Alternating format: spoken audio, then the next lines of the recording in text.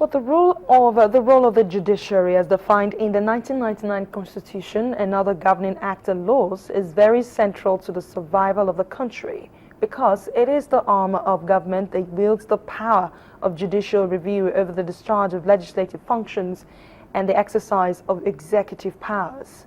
In continuation of our assessment of critical sectors of the economy, we look at the judiciary and how it has fared 54 years after independence. Our judiciary correspondent, Shola Shoyele, reports. As an institution, the Nigerian judiciary started as an instrument of consolidating and legitimizing colonial rule. At independence in 1960, it attained the status of an independent arm of government, with the Lagos judiciary becoming the first in Nigeria. And this building, which today serves as the foyer of the Lagos High Court Igboshere in Lagos Island, became the first and is now the oldest, most recognizable judicial building in the country. Like other common law countries, Nigeria operates the adversarial system of court proceedings, where the presiding judge is both a judge of the law and fact. These help to give stability to the country during the period of military rule.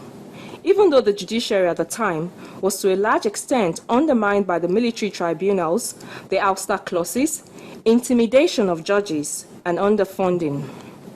The judiciary, under the assumption that the military are the ones that deprive them of their power to function following the Lakomi case, were remarkably very strong. They were absolutely very strong. They were so strong that they always guarded their jurisdiction ferociously and fiercely.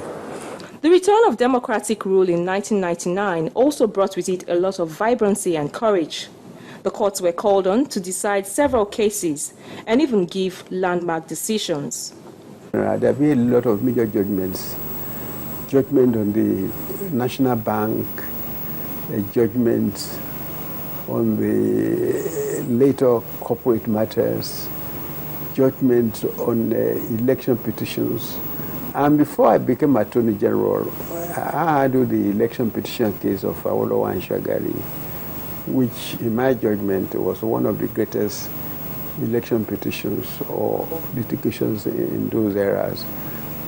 One bold judgment recently delivered by Federal High Court is the one which seeks to solve the perennial problem of underfunding and guarantee the financial autonomy of the judiciary. These issues form the basis of several industrial actions embarked upon by judicial workers. We are fighting against the non-implementation of the approved consolidated judiciary salary structure. Another big issue which the country has to watch and address going forward is the intimidation and harassment of judicial workers by politicians and thugs, as happened recently in Ekiti State. What is important for us now, and I think this is where the NJC should come in, the rule that prevents judges from speaking out when they are violated, I think should be reviewed.